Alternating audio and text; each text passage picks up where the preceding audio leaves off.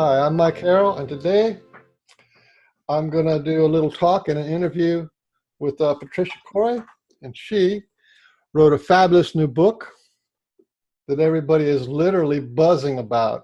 The new Sirian Revolution, Revelations, the Galactic Prophecies for the Ascending Human Collective. And is it chock-a-block full of useful information, recalibrated perspectives, which we really need to recalibrate our perspective on what is this and what is that, and I'll tell you one thing that I really like off the bat, okay? Because I've read lots and lots. There's lots and lots of channeling from everything from archangels to God to everything.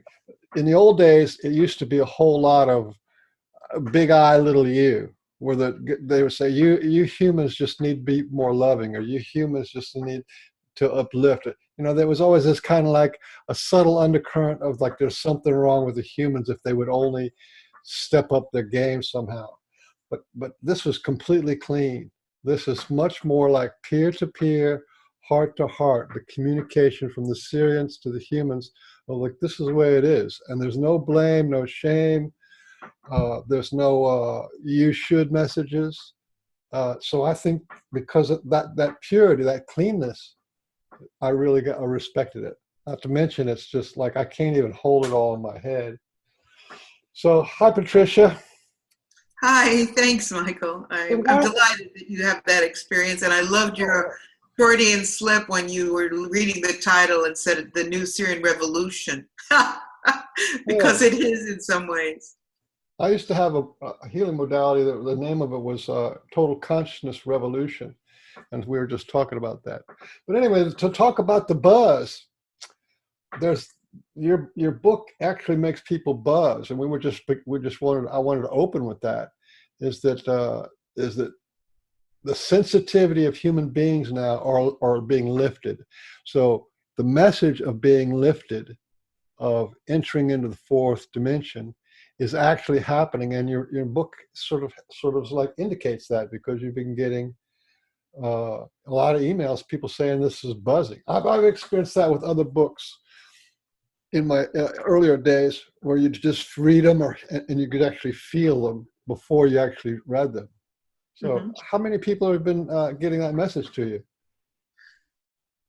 I get 3 or 4 messages a day from people who are reporting these phenomena. And at first, this happened also with Atlantis Rising, which was my second book, but not like this. And it's, at first it's kind of like, okay, well, this is interesting. But when it's so many people, one can only say there's something going on here, and it's a multi-dimensional phenomenon, because people report having time jumps, time slipping, a form of deja vu where they're sure they read the chapter, but they didn't. Light beams coming off the pages, lots of phenomenon. Of course, how exciting is that? Because it's a book about multi-dimensional consciousness. So isn't it wonderful that the book is able to transmit some form of something more than what's typed on that page? And I do believe that the Sirian High Council, and of course the book is a channeled book from the Sirian High Council, I do believe they're using the printed word to be able to somehow code in or transfer in another vibrational frequency. And it's still hard for most of us to get that, but that doesn't mean it's not happening. And like you said, a lot of people are rising energetically, and they're tuning in. And my readers, of course, have been reading my Sirian Revelations material for so long. They're processing this on another level. It's very, very exciting for me. Well, we live in exciting times, that's for sure. This is going to go on my playlist of the free disclosure gift project, which is because as a result of me being friends with the people at the Dr. Edgar Mitchell Foundation for Research into Extraterrestrial Encounters.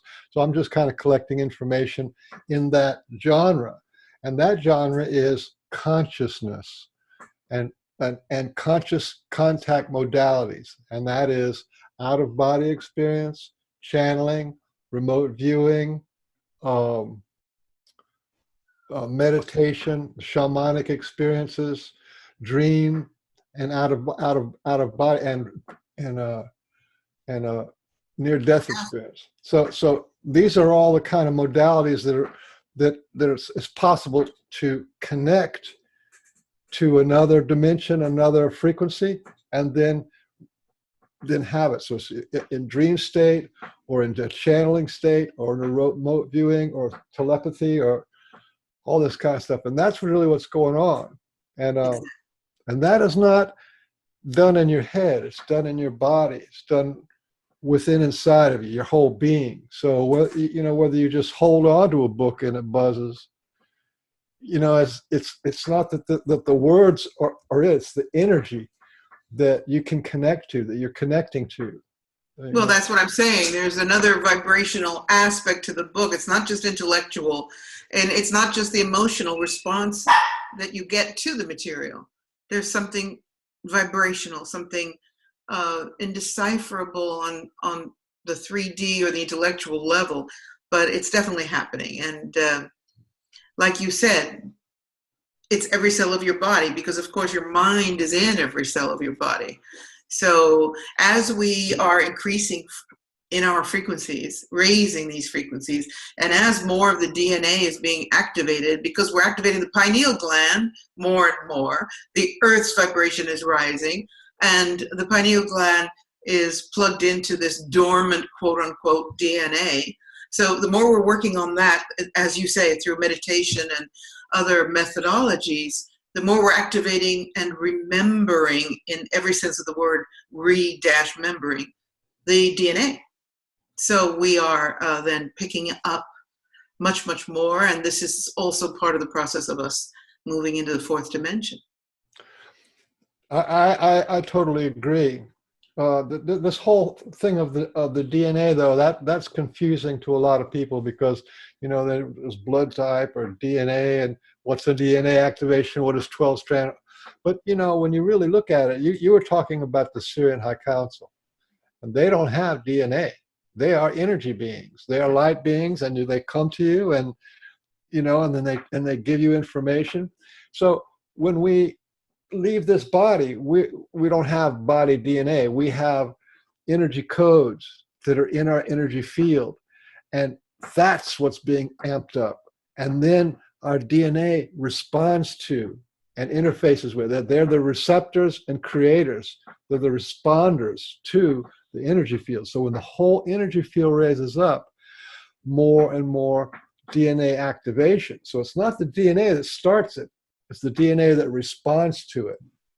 That I just wanted to throw that out there, because a lot of people think that the DNA is causal. It's receptive and responds. It's not causal.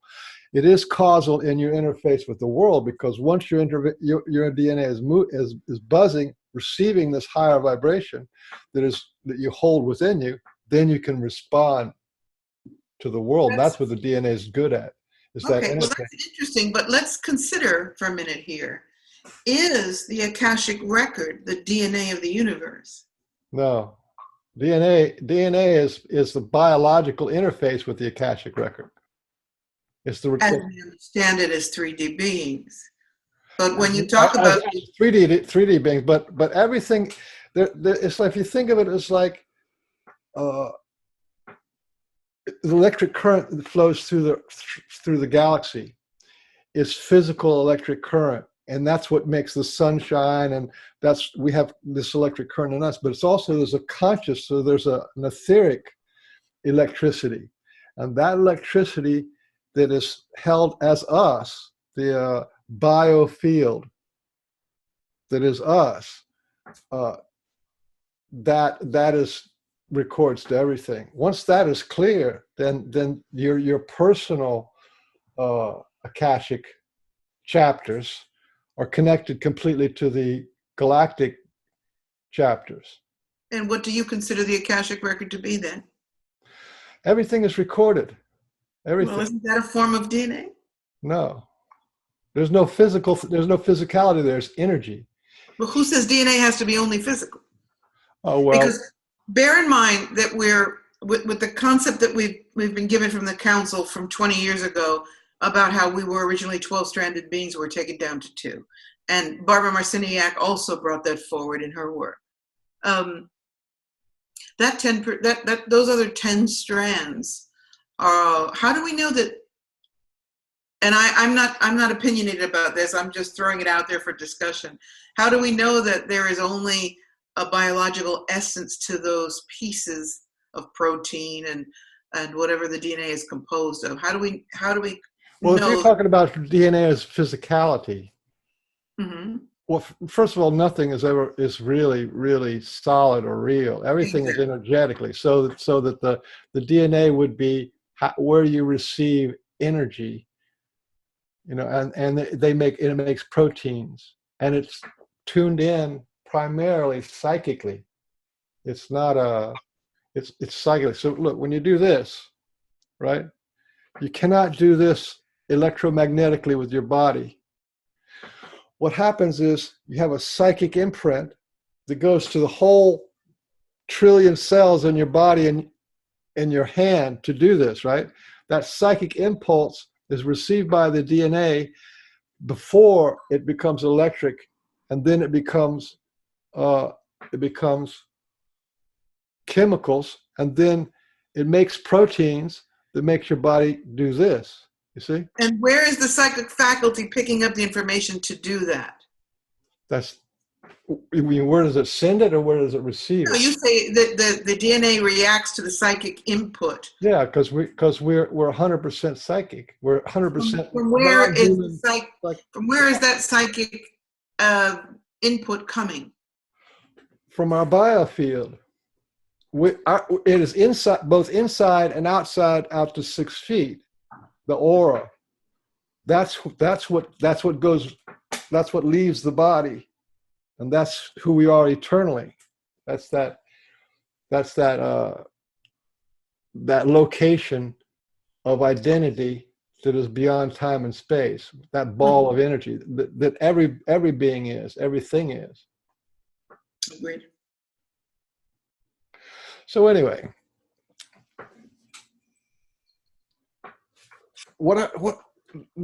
This your book is just so rich. There's so many themes in here.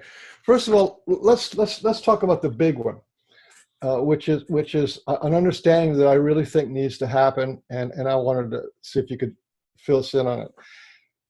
Talk about the sun is what's going to ascend, and the sun is going to pull all of us with it. So we're all ascending, basically. All the planets and the sun are ascending. That's a really powerful, worthwhile, and true. All right. Well, I first got this information in the book Atlantis Rising. So I recommend people grab that book if they're intrigued about the process of how the sun is ascending. And then, of course, in the new book, they go back over that information somewhat. But here we go. According to the council, well, first of all, the Sirian star system is a multidimensional system, meaning there's one star, the beautiful blue star that we call Sirius, is still in the 3rd dimension. Sirius B, which was identified by the Dogon tribes some 60, 70 years ago, has ascended to the 6th dimension, and Sirius C, Anu, ascended to the 4th. So the contact that I'm having is with Sirian beings from the sixth dimension who describe how the process of a star ascending works. And that is that when a star goes through what the scientists used to call supernova or burn, or let's call it supernova, and now the quantum physicists are saying, gee, maybe it's not the destruction of the star, maybe it's passing into another state of being. And that has always been the premise of the Sirian High Council, that the star is passing into another state of consciousness and a higher dimension. So the council have experience about that, and they have described to us that this is the process that is happening at this time of our consciousness as a human species and a planetary species and the entire solar system. They say our sun is about to go through its own astral cords, which again have been called the black hole or the process of supernova. The council say, no, actually, this is not a black hole. There just don't exist black holes where everything is ending in a universe of thriving energy. So what it is a passageway to a higher dimension. And every being, every celestial being is a macrocosm of our own existence. So we know that we travel up our astral cords when we astral journey, when we pass through this life process to the next stage. And they're saying that the sun is actually getting ready to do that. So unlike a lot of information we hear about how the earth may be ascending or individuals are going to achieve ascension, it has always been the information from Sirius that the entire sun is ascending. Now, with the sun ascending, everything in the solar system goes. So all of the planets are ascending. And this is interesting because it explains why we're seeing so many mutations on other planets. We see and have science recording planets heating up, planets spinning more rapidly, Saturn's rings are mutating. There are all kinds of signs that there's something really big going on here, and not just on the Earth. So I think that's very exciting. Auroras, planets are now showing signs of auroras that they didn't see before. And then comet tails, like which means that they're energetically connecting. That's right. So that, what is it? Venus has a comet tail. We passed through that, but now they're seeing that they have comet tails, which is sort of like this echoing of the energy that's coming into the. It's just so cool, and exactly what the council say, that all of the planets are connecting because this is a process where they all go through together. So the energetic dynamics of the planets to one to the other is shifting greatly. But I didn't hear about this comet tail, but that it just really turns me on because that's exactly. Well, you can't see with a telescope. They have to go through this electromagnetic thing, but it's there. That's awesome. Yeah. That is really awesome to hear. So I love it. I love the scope of it. It puts things into perspective too, while we struggle with, are the good, this information that's been put out by a lot of, let's say, authors and spiritual people, that somehow the good spiritually evolving people are going to ascend and the others, I don't know, something horrible is going to happen to them. And this is such an old religion dogma dynamic that I thought we were moving beyond as spiritual people. It's like, we don't have to make the grade as individuals, but much more importantly, understand the greater picture here. And that is in the nature, I hope I'm clear about this, the nature of wanting to understand the bigger picture raises us energetically. I'm sure you'll agree to that. So desire, interest, will, wish, want, that's one of the main, the primary energies of the universe. Exactly. That wish, that want, that desire.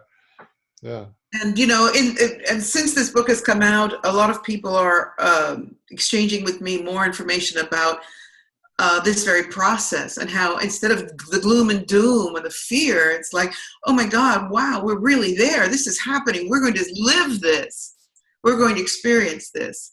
And the council in the New Sirian Relations, they say, you already are experiencing it because this fourth dimensional construct, if you will, is fluttering over your 3D perspective all the time. That's why we're experiencing time slips. That's why we're experiencing higher awareness. So many aspects of that are happening now rapidly. Synchronicities, exactly.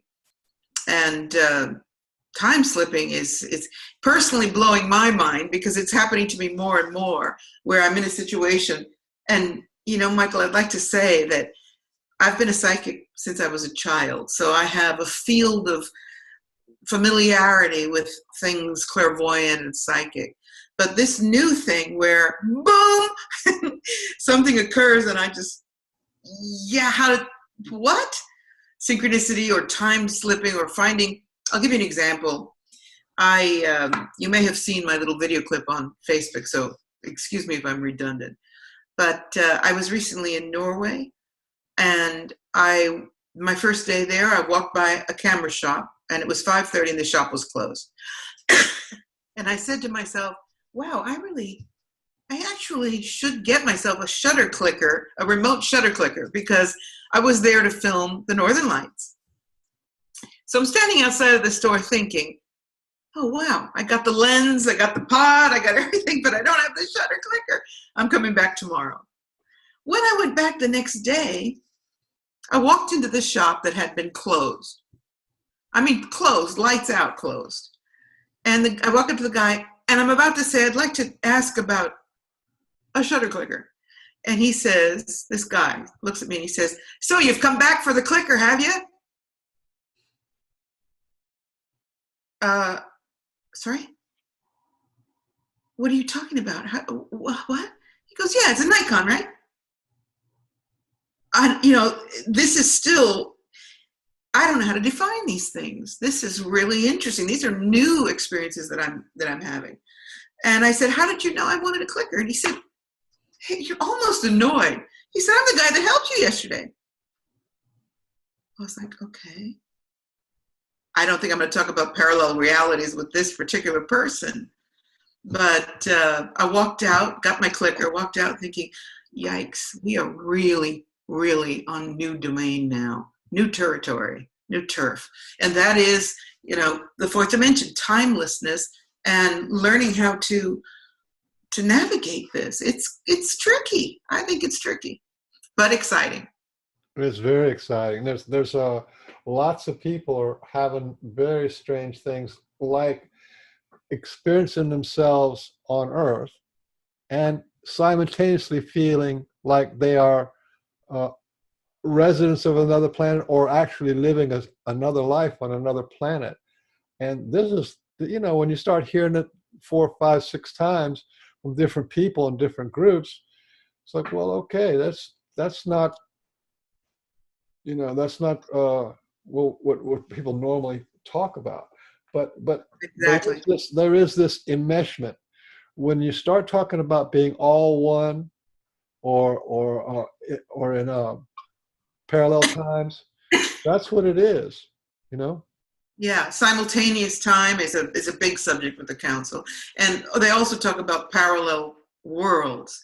And yes, I am hearing people talk about being aware of being on another planet, or more, experiencing themselves in an alternative Earth reality that may be either ahead in some kind of futuristic context, or past in some kind of past experience of themselves. And how exciting it is that we are talking about these things now. This is the new frontier, and we are openly talking about these quantum physics kind of things that were left to the elite minds of let's say experimental science. The common man is now able to, common man, I don't want to offend anyone, is able to openly discuss this and share without being taken down as a lunatic, which, of course, in my youth, I had to be rather careful what I said, because when I was a child, I told my mother I was from another universe. Bet you that went over good. Well, and it was in the 50s. This was not language. I mean, this was Leave It to Beaver time on TV, black and white TV. I hate to date myself, but, this was not the language of children or people. So now if a kid says I'm from another universe, it's like, right, what computer game did you get it from? But back then, that was something. And my mother said, where are you from, honey? And I said, well, you're not ready to hear it right now, but we'll get to it. walked out of the kitchen. So it's wonderful that now, I was lucky to have a mother that allowed me the space to explore that. And now here we are, and we are exploring it. More and more people are exploring these things. Well, this is the stuff that, like you said, they were either philosophers or masters, like the gurus and the ascended masters and those kind of people are talking about, you know, and actually doing it. You know, that they're actually able to be in two locations at the same time. Like Babaji. Like Babaji and Sri Yukteswar and people like that. Mm-hmm. Yeah, there was a lot of people. You had a little Indian connection. I have one too. So.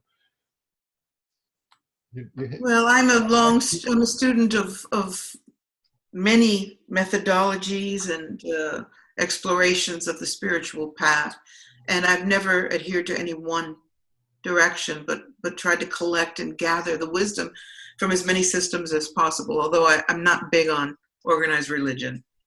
Well, belief is a power, but not believing is a superpower because Very wisely said. Because if you believe in this, that means you don't believe in that or that or that or that or that, and it gets to be ridiculous. It's so true. How much you don't believe in because you believe in this. Exactly. Bravo. That's very wise. You know, belief is very confining and rigid. And so I love to explore and learn.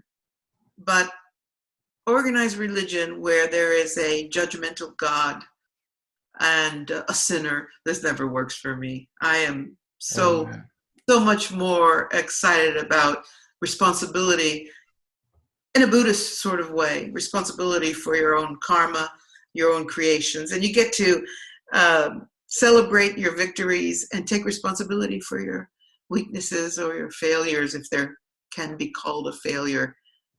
Well, I wanted to add my 2 cents, which the Syrians actually go into this a little bit, but I want to add my 2 cents on this ascension process. And you know, you brought up the image of, you know, it's going to be like a heaven kind of a thing, and there's the elite, pure-hearted light workers that are going to go, and then the people who are just normal, they're going to. Well, I don't think it's going to be all love and light myself. I don't think it's going to be all. You know, unicorn dust and butterflies.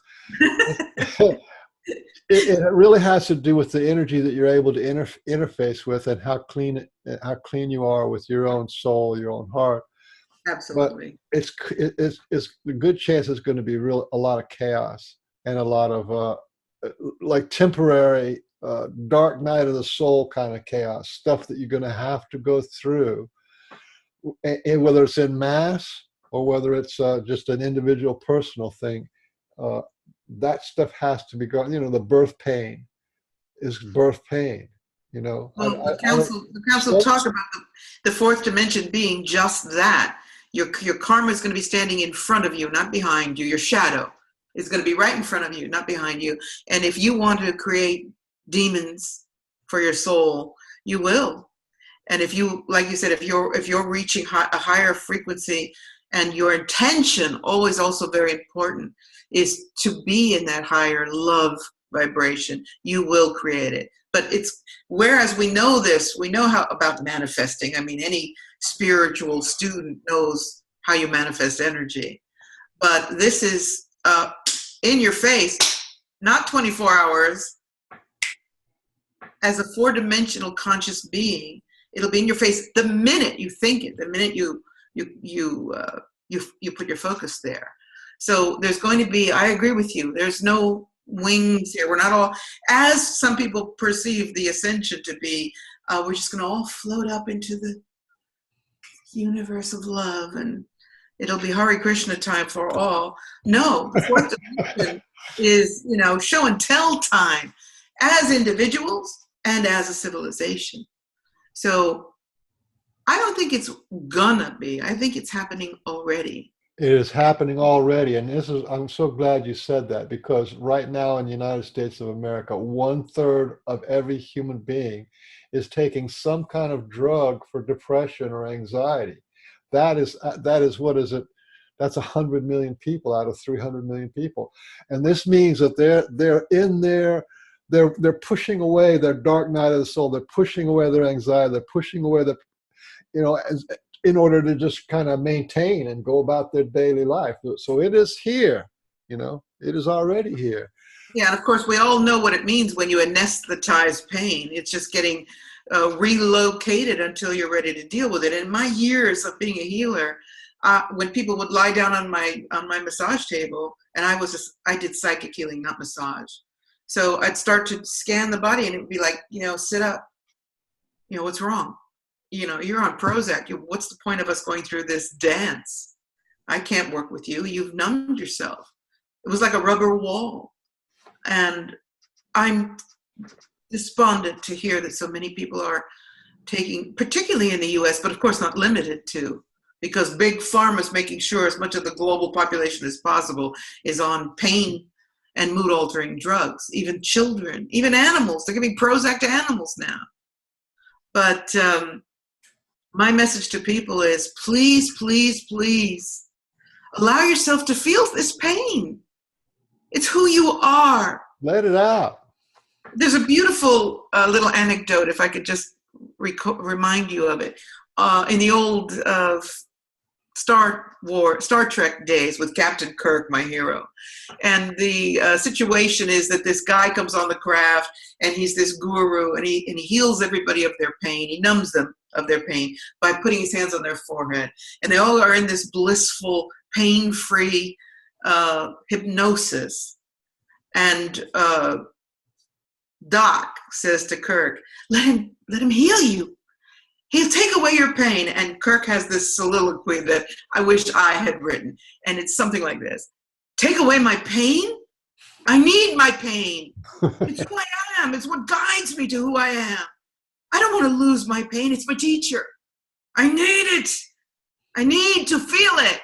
I'm like, yes!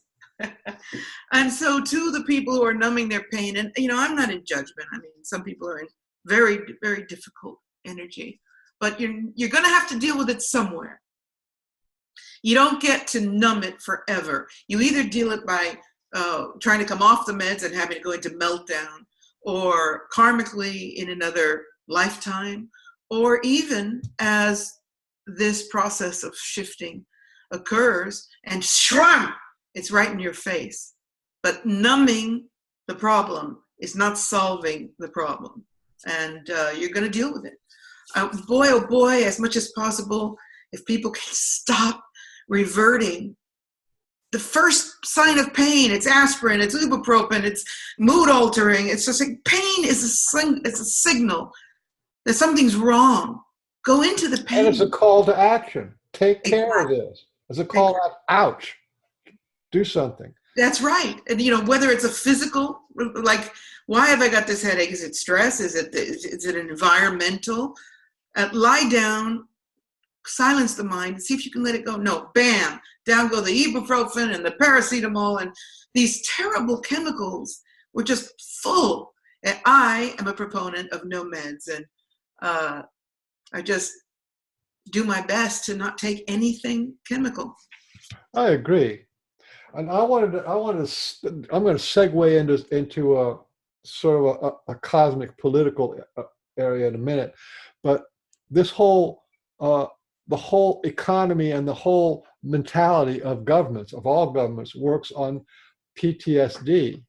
Now we think of PTSD as a post-traumatic stress disorder, right? That's PTSD, and everybody gets PTSD. It's sort of like living is almost like a mild case of PTSD, but business people get heart attacks, all this kind of stuff that we go through, bad childhood education, and now the political circus is just crazy. But from the wizard, the Dark Lords use PTSD, but they do, it's called planned trauma and stress denial. And this is what we've been getting for 500 years. Planned trauma and stress denial. A war is planned trauma. You can't do anything about that. and you end up accepting it. So we've accepted war. We can't, we deny it. And then it gets layered upon layered until, you know, it gets to be 9/11 and they're burning people with lasers in their homes and false flag after false flag. This is planned trauma and stress denial. And the whole point of that is when you have these feelings of rage and terror and all this kind of stuff, and then you suppress it, that basically turns the whole everything off. You can't think logically, you can't think spiritually, you can't really. If you have like a little window of something that you get some spiritual juice out of, that's your salvation. When really we're these whole beings.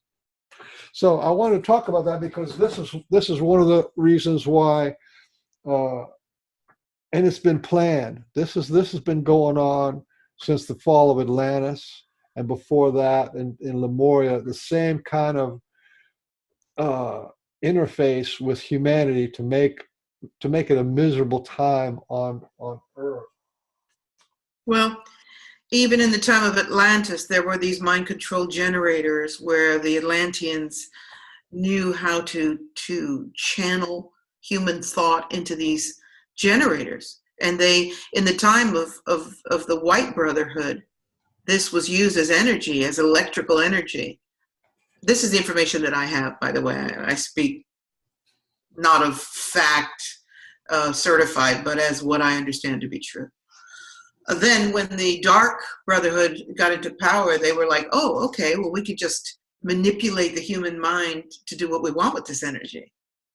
So mind control goes as far back as Atlantis or even further.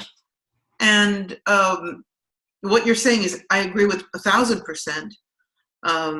The plan is to anesthetize the human. What human beings are still conscious enough to rebel, they want to anesthetize. So and you've got your human beings that are just not even conscious enough to rebel and are still waving the flag and you know. And it comes down to your personal sovereignty and your personal sovereignty and your Earth sovereignty. With these 100 million people who are doing drugs and people are miserable and there's wars everywhere, people don't want to be on the planet anymore. And that's the end game. I don't want to be here. This is not my planet. They don't like what's going on here. Let me read one quote. I'm not going to read the whole book, but I'll just read this one quote because this is one of the reasons why I wanted to do an interview with you. Is this right here? Okay. This is in the chapter of Hope Empowered. It's around page 95. We wish to examine the cause and effect of any mindset that would have you giving up on Earth, longing to escape from it. Let us do that here, boldly and without reservations, so we can help you remember when your uncomfortable presence on Earth became so clouded in your mind that you simply cannot fathom why you are here at all. This one little paragraph is the whole goal of the New World Order, the Black Lords, the evils, the Archons, whatever you want to call them, the reptilians. It is this making human beings want to surrender their sovereignty of the earth, their connection to Mother Earth, their interface, their love for the web of nature of life. And when we have to surrender that, we have to say, I don't want to be here. And then another, totalitarian or whatever they are, whatever the form is, can come over and they have license to. Well, yeah, I mean, that's just self-imposed slavery. If I can convince you that you don't want to be on this planet anymore, then I don't have to put you in a cage. You're done. So you just take your pill and, run what few machines are still left for humans to run and roll over while we take over your planet. And I, blessed to be the scribe to the council and with my own human spirit, I don't believe that's the end game. I think it's the game, but that's I don't. Their end game, not our end game. That's right. I think, and the council have said this many times, the tighter they squeeze you, the freer you become. And I like that. that is a beautiful, beautiful way of understanding what's happening right now, because we are to hear. And the more we are to hear, the more we're waking up, the more of us are waking up. And if you think about it, it makes sense, because when we're in peace and, well, what we can remember of peace, when we're in those times when things seem to be a little bit more easy, we're more lax as a population. It's like, yeah, okay, we got Bill Clinton playing the sax, life is okay. The economy's booming. But when times get tough, we get into the existential question of, what is it going to take to make this better? And what are we doing here? What's our purpose? And unfortunately, it seems that we need to be up against the wall to have that collective moment. So we are against the wall and we are having it. And this is beautifully synchronistic with the fact that, like you said, Venus has got this tail, planets are spinning more quickly, the heat is rising in the solar system, and the entire solar system is lifting to a higher state of consciousness. So of course we are, so are the animals, so are the plants, the trees are singing. Just pay attention. And one of the symptoms of this 4D awakening, heartfelt, is what? Love for your planet mates, love for the animals, the birds, the sky, the trees, love for Mother Earth, love for the indigenous people, love for the great quality of ecstasy of this planet and her love for us, and communicating with them. People are communicating with trees and with the deers and with wolf, or with the crows and the wing people, or with the dolphin people. And all this connecting back to our planet mates, that is our family. See, when it becomes your Earth family, that's when you own the Earth, is when you're part of that web of life. And it hasn't been so. It's been this scientific, nature is bad, it's got bugs in it. You know what I mean? So don't go outside, you got to get bugs in it. We've had like 500 years of that. You were born in a barn, that kind of stuff. Michael, I want to just tell you that it's beautiful to hear these words from you. It's very eloquently shared, and I feel it really deeply inside what you're saying. And I agree with everything you're saying, that with regard to the connection to this planet, because recently someone said to me, we have to try to create heaven on earth. I go, no, heaven is on earth. We just have to recognize it. Look into the eyes of a doe. Embrace your dog, your puppy, the child. Swim in the ocean. It's all there. We just started, we're looking at this. This is where we're getting our input now. And I won't have it. I've moved to this island paradise very clearly because I was determined that the next trimester of my life was going to be in an environment that was dedicated to the beauty of nature. And not everyone can get out of urban drought or sprawl, whatever you want to, however you want to define it. But if you are, you have to work extra hard to unanesthetize yourself to all of the mechanisms that are put in place, and starting with these meds. And it's not just meds, it's not just big pharma, it's the dealer on the corner too, because people are getting high like there's no tomorrow.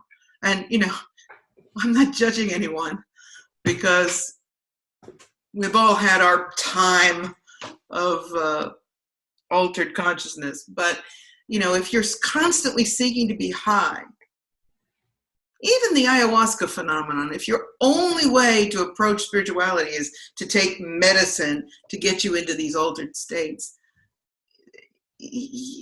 what does that say about being in tune with the world around you? And again, it's not a judgment. I don't have any idea about, I have friends of mine who are actual shamans, and they've done 400 trips. So I don't have, and it works for them. I see the benefits and the drawbacks. Listen, anything that'll get you out of the rational material reductiveness mind into the separation identity. Anything that'll crack that egg, good. It's Yeah, except that a lot of people are slipping around utilizing these drugs or medicine, and they're not in that spiritual place. It's one thing to go with a shaman in the jungles of Brazil and go through the process of communication with the animal. The spirit medicine. It's another thing to go in somebody's garage and suck down some. Oh, well, yeah, there's little CEOs going down there and taking ayahuasca one time and going, well, let's see, let me go back and figure out what's the next best thing and the next newest trend. Well, listen, Okay. that's just part of the. I just want to include that when we, condemning big pharma all the time and condemning mood-altering drugs, and just, let's be conscious of this too. It's like, let's discuss all of this, all of the mood-altering drugs. And I'm not here to judge anybody on ayahuasca. I've never taken, but so I can't possibly have an opinion about it. But I would love to invite people to save a little piece of that spiritual discovery for just walking through the forest.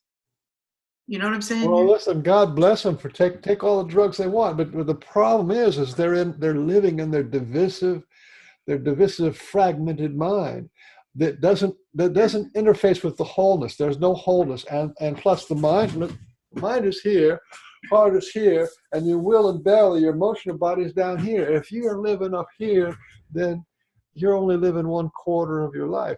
And then this from down here becomes the void, the hole, the emptiness, when that's where you're supposed to be being filled with and enlivened with. So we're disconnected. We live right here. What do you call it? The business people put a little rope around their neck called a tie, and they just make sure you don't go beyond there. You stay. You have this little tie on, and and if everything is like, well, what do you think about that? What's the intellectual future? Let's think about it. No, the answer is always a feeling. And then there's a question that I'd like to. The question that we need to address more is the question of the children. When, I recently saw a video that shows these children, 5-year-old children, taking their meds in school. And, a half an hour later, seeing these completely laced out children on Zoloft and Prozac. And it's like there is something inherently wrong with society that would allow anyone to drug a 5-year-old child, much less entire classrooms. What is going on here? Well, so what that is the parent not wanting to deal with their pain. So the parent's on drugs, and all of a sudden your child's acting out, and if you have to interface with that, that means you have to feel them, and when you feel them, you have to feel yourself, and then there you are in your primal pain. And so they drug themselves and drug the child.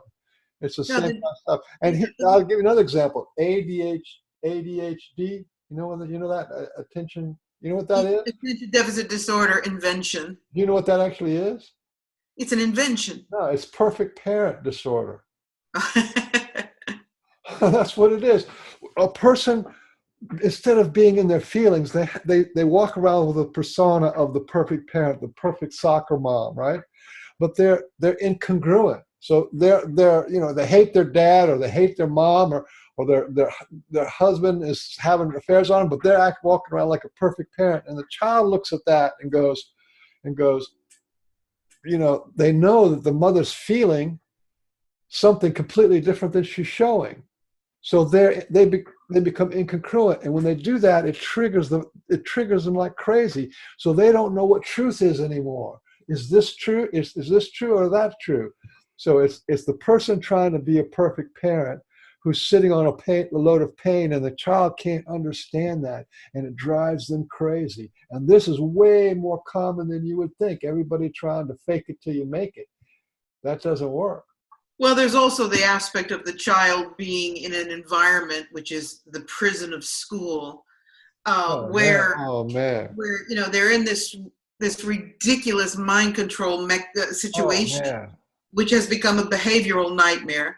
And, you know, they're used to seeing 75,000 images a minute from their computers and their games and all of these technological distractions. And then they're asked to sit and listen to the most boring person on the planet give them, you know, rote memorization education and tests and tests and tests. So of course they're just you know, they're exploding. Meanwhile, Mentally they cut out music, they cut out the playground, they cut out art. They used to have like theater in school. You know, you can have like little Yeah. theater plays and stuff like that. You know, and school plays. That's all gone now. Anything that develops, now this is a gross statement because I'm not in America anymore, and so I don't know, but it appears that anything that has anything to do with developing the soul, the spiritual, emotional body, that's out. So forget music, forget art, forget anything. Dance. They used to have dance, you know. Yeah, that's Gymnastics. it's just the test, pass the test, memorize it. And you wonder why kids are popping out. I mean, they're just, again, like, you know, then they're sitting in front of the computers for another 8 hours because their mother and father are either working or they themselves are glued. I mean, how many pictures have we seen of families sitting at the dinner table like this? And, you know, it's a very problematic time for children. And yet some of these children are starseeds. That's right. They're coming here. This is not my planet. You're not my parents. You know, I came here with a mission, and they're like 5 years old, and they're like, what? So Mary Rodwell, I'm kind of friends with her, and she's doing this whole thing about, you know, they blindfold kids and they can read magazines with their hands and have 360-degree vision, and you know, they're coming from a whole nother 4D kind of reality. At least 4D. And it gets trained out of them. They say, I don't want to go to school because they're taking my light away. That's right. Well, this is what happened to me when I was 5. My mom said that the teacher called her, the kindergarten teacher called her and said, we're alarmed about Patricia, please come in. And when she asked what was the problem, I had done a crystal healing. Imagine this. We used to have show and tell in school where you would say, this is my Barbie doll, to help teach the children how to communication skills. Show and tell once a week, okay? So I went in with my box of quartz that I picked up in the hills. I was always looking for rocks and quartz or whatever. And the teacher said, what are you going to show today, Patricia? I said, I'm going to do a crystal healing on this kid, 5 years old. And I pulled this kid over, laid him down, did the laying of stones, and the kid fell asleep. And I was doing my thing. I mean, I still do crystal healing. Well, I have until recently. And this kid fell asleep, so the teacher got all alarmed. And my mother said, my daughter is special. She's got a gift. Don't try to beat it out of her because I'll yank her out of this school. As long as she's not hurting anybody, you let my daughter do what she does. She has respect and she's not hurting anyone. Don't try to beat out of her gifts. This is why I'm so blessed. But most, like you said, most of the parents are themselves laced out on these painkillers or whatever they're trying to kill, and they don't want to hear it. So and we're being mediated. We're being mediated like you know, like meat tenderizing or something. Yeah. The message that we get now is like, wow. But like you said, Michael, the upside of this, the uptick, is that there are all of these amazing starseed children coming in, and they're just like, watch out. It's exciting to see what these kids are doing. And again, we're here to be part of that, to experience how they are experiencing being here too, and what they're going to do. And then there's Mother Nature. I mean, this 5D thing is, we're not alone. That's I think that was another chapter. There's a bunch of that. We're not alone in this thing. The animals are going 4D and elephants and you name it.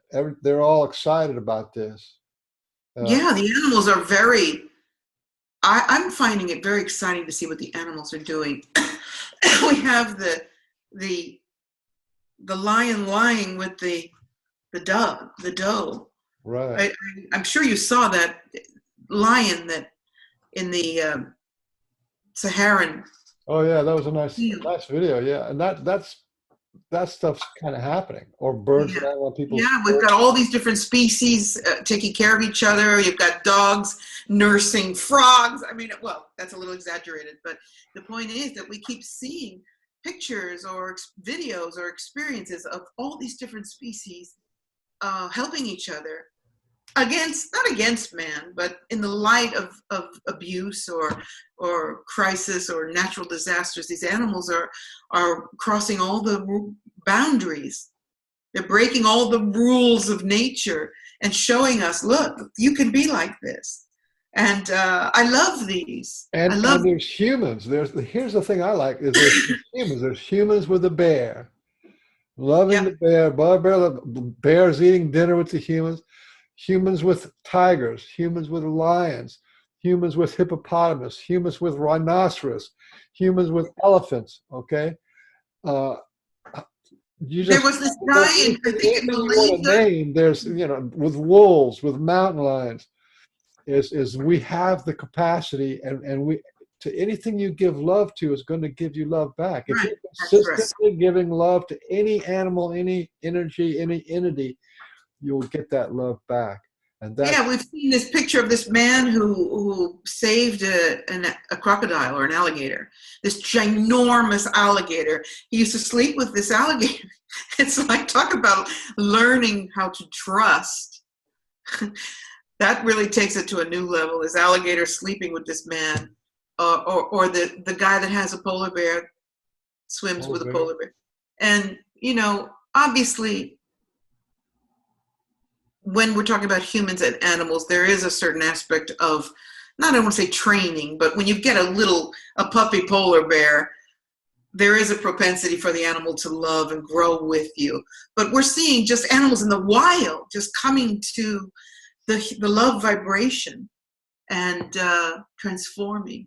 And again, animals together showing us. I mean, how many ridiculous combinations? Cats with birds. You've got this cat sleeping and this little bird kissing, pecking at the little cat's face affectionately. And, this would drive Walt Disney crazy because these are not the basic operating conditions of these animal exchanges. So it's very exciting and beautiful to and see. since we're talking about interspecies relations, I wanted to let me see if I can get this screen share up. Uh, I want to ask you about this, which I think is really fabulous. This is completely off topic of your book. I apologize for that, but this is just so fantastic. Can you see this? Yes. Yeah. This is your show, isn't it? Could you talk about this just a little bit, just to let everybody know that this is actually happening? No, thank you for bringing it up. Every year I do, well, I usually do one or two spiritual journeys a year. And this journey and workshop is taking place on my island in Fayal in the Azores in May. And first I do a 2-day workshop with animal communications, Sirian attunements, DNA activation. It's very deep and very powerful. Then we go out into the ocean, as wild as you get. This is the Atlantic Ocean. This is not a bay where dolphins swim in and out every day like Egypt.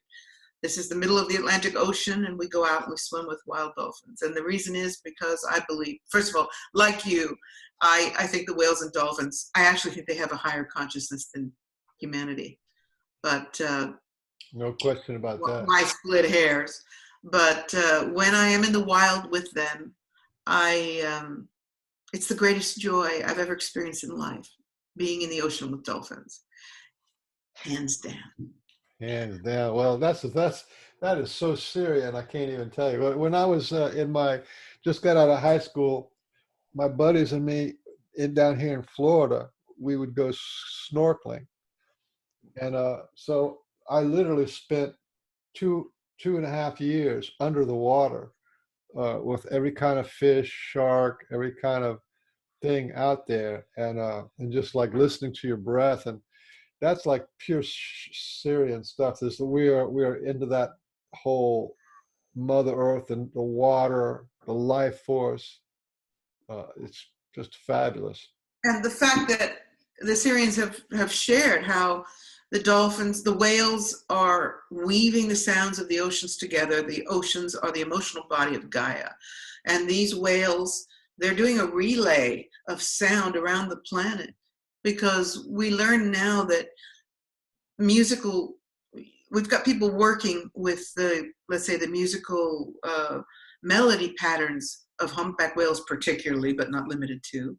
And they say that a whole sequence, a 25-minute sequence, can be relayed 200-300 miles away to the next humpback whale, who will then stop singing the pattern he's singing and start singing that one, and then relay that on like a relay system.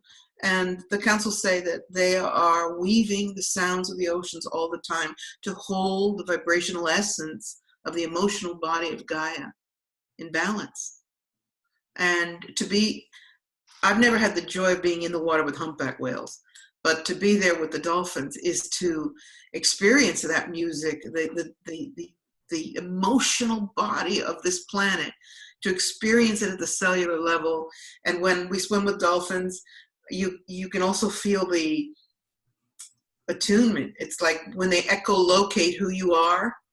I mean, I've been in front of dolphins where it's like tick, tick, tick, tick, tick, tick. I can feel these beams coming at me, and I'm like, oh my God, they're aligning me. They're deciding whether they're going to let me in or not.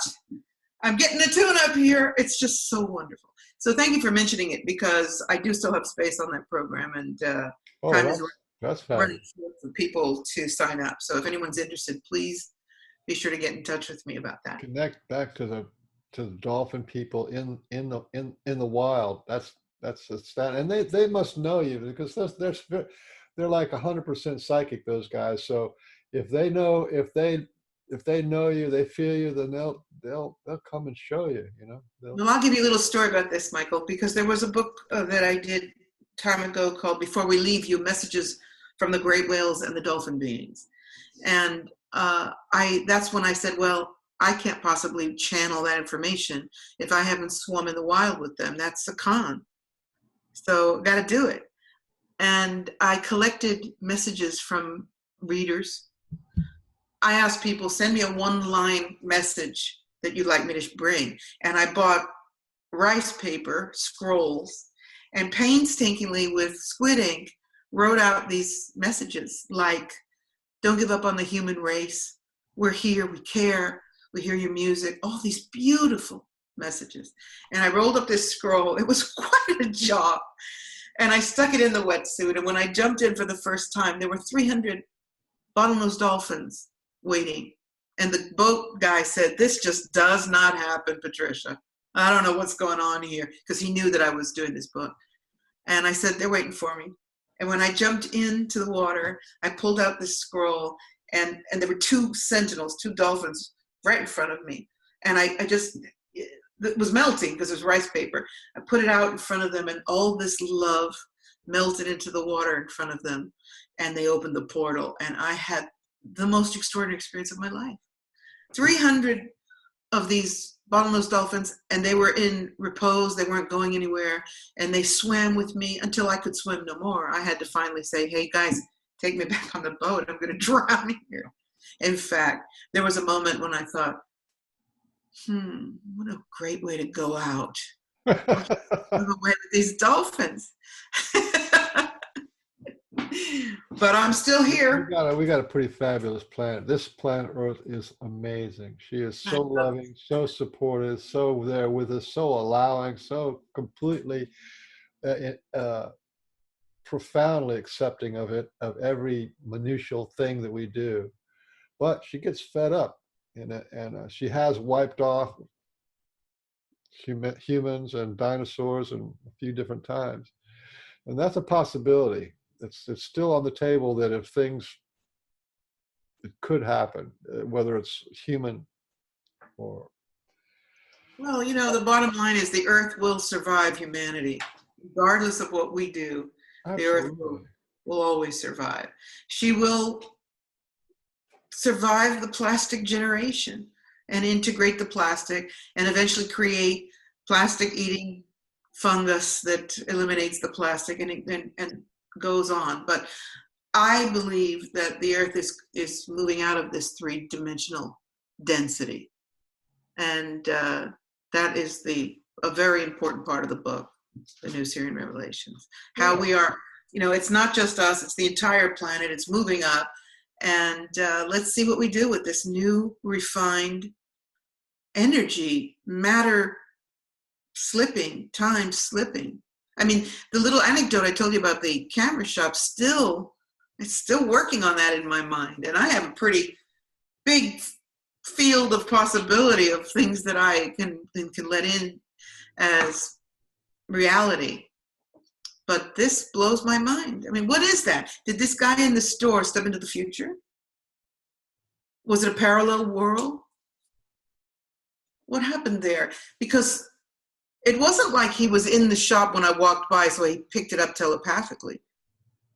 Did I go in another reality and have that exchange that he saw so clearly? I mean, when he said it was probably something very simple. Sorry? It was probably something very simple. It wasn't some convoluted 6-step deal. It was that whatever the impression was, whether it was a time slip, it was very simple, or if it was a psychic impression that I want this, and then he just happened to be tuned in to, oh, she wants this, and he saw the movie in his head, thinking that you had been there. There's something very simple and it's very real. There's no question about the reality of it. Very real. And, I bring this up again because this is happening to more and more of us. And what's important here is that I hope I can convey what I want to say. I am comfortable when I have a psychic experience or a clairvoyant experience. I can pretty much discern. It's like, oops, what am I seeing? Clairaudient is a little harder because I hear somebody say, Patricia, I'm over here. And hello? Yeah. But this is new for me, these time slips. Are we as a population going to start having these more and more of these experiences? And are we starting to move into simultaneous time where it's going to be common ground? Are we moving toward being a telepathic society which we all think is the next step? We don't have to talk anymore. And what are the ethics involved in that process? Well, there's a phenomena with the ET people and people who've had contact called screen memory. Yes. And screen memory, I think, is very natural, where the ETs can fabricate a screen memory and they slip it in to where our receptive centers is, where our memory goes into that this happened, So they package it and they put it in that place, but it also happens naturally. So sure, because if there's enough of a trauma, you produce a screen memory of yourself doing this and having this little conversation with yourself, and this guy, when it interfaced in his consciousness as if it actually happened, because to him it did actually happen. So that's what I'm saying is it's actually a reality, and it's also natural. Like one of the first things we started talking about when we started. But the thing is, there are so many possibilities for what this is. There's no way to define it yet, because it could be that this played out in a parallel Earth world. Could be. There are a lot. It's exciting that we are thinking about this. What exactly happened, and without the boundaries of saying this is what it means, this is what happened. It's like, well, it could be this, could be this, could be this, but one thing's for sure, it happened. And time will tell as we become more and more four-dimensional beings. Time will tell how we interpret these experiences. Well, but one thing I think there's such a thing as no space, and that no space means that there's no space between you and me, and no space between me and anybody else, and in no space, that is also implies no time. No time. I was going to say no space between the past, no space between the future, and no space between beings. And when you start getting in there, that's when you have to, put your 4D learning hat on, because you're not in Kansas anymore. That's right. But if the space-time continuum is disintegrating, which I think it is, then that's perfectly aligned with what we're saying here. No space, no time. Oh boy, this is going to be interesting. But you'll still have your location, just like the orbs have a location. You'll Yeah. still have a location, and but it'll be more event. It'll be more, instead of time, it'll be more event, because you can have stuff like you were talking. This event that happened to you when you went to Norway. Now that becomes your timeline, instead of saying it happened on January. Exactly. So you're not going to think about it as January 17th anymore. No, it's more of an experiential. It's the event in the camera shop event. See? Yeah, exactly. Very exciting. Well, anyway, the news series. The thing about it is I think it's the real deal, and it's hopeful. I think it's hopeful. It's sobering. It's comprehensive. It's cleansing. In other words, it gets rid of a lot of the stuff that we've accumulated, and so that's sort of like a clearing, while at the same time presenting with the good possibilities and sound evidence of what's going on, where we are now and where we're going to go. And, we can certainly use some more hopeful information without being in the la-la land of, let's say, the law of attraction mindset, that you can't possibly think about anything that's not harmonious and wonderful, because that will alter your energy. It's like, this book is like, look at everything. You don't have to be afraid to look at everything. You are a being on a planet that is bipolar, and you are free to observe it all. And you've come to shine light into the dark corners. So don't be afraid to look at that. Just remember to keep center. Come back to your center. Be in your power. Be tall.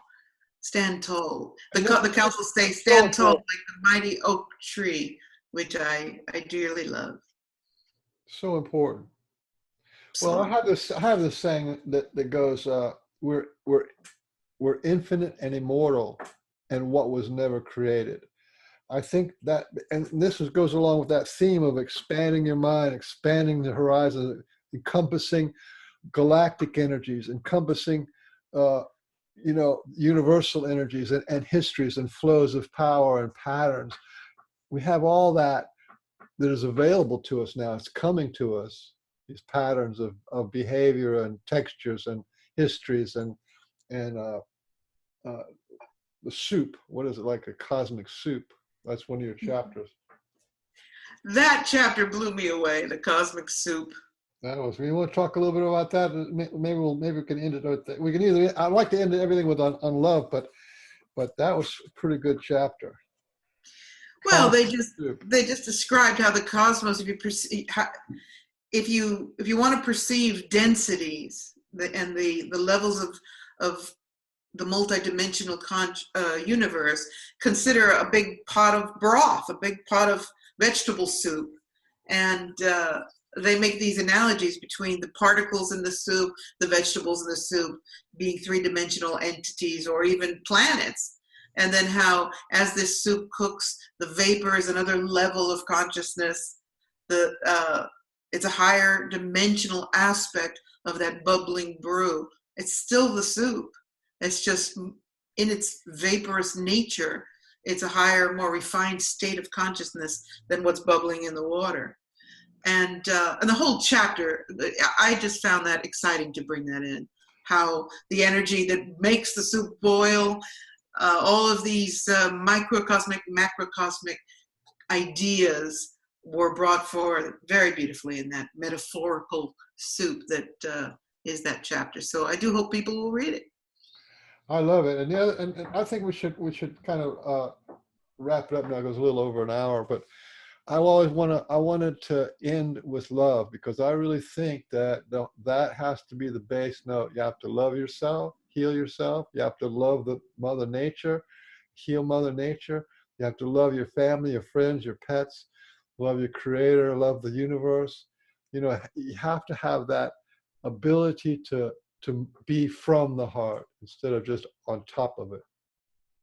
That's beautifully said. And I'd like to add to that, put in an element of trust in there. While you're involved in that appreciation for everything that enters your life, that grows with you when you love it, it nurtures you back. Have a little trust that there is a divine order to it all. There is a design. It's in the leaf. It's in the iris. It's in the universe. Pay attention and just trust that despite the appearance of chaos, there is order in the universe. I think we'll end it at that, because that's really true. Trust. It's all going to be okay. It is already okay. It's already okay. And I'd like to leave with one thought on that, and that is, you know, we do pass out of life. That's one thing we're pretty much sure happens. Whether it's 100 years from now or 20, or whether we evolve to a vaporous state of angelicness, or whether we go on to a next life. It's like, let's just get behind the idea that regardless, what we think is tangible isn't, and that we're in a constant state of evolution. And, you know, let's look forward to, wow, what's the next step? Oh my God. And you talked about near-death experiences, and I've had too. So I've been over there, and I tell you what, I can't wait. We've all been over there. You're just lucky to remember it. They're just lucky to remember, exactly. Yeah. Okay. Thank you so much, and thank you for all you're doing with your book, and you're doing your workshops and talking to the whales and the dolphins, and buy the book. Okay. She's got 14 books, so you can have a start with this one and work your way back. That's what a lot of people are doing. Thank you very much, Michael. It's really been enlightening for me to have this conversation with you. You're a beautiful, beautiful soul. Thank you so much.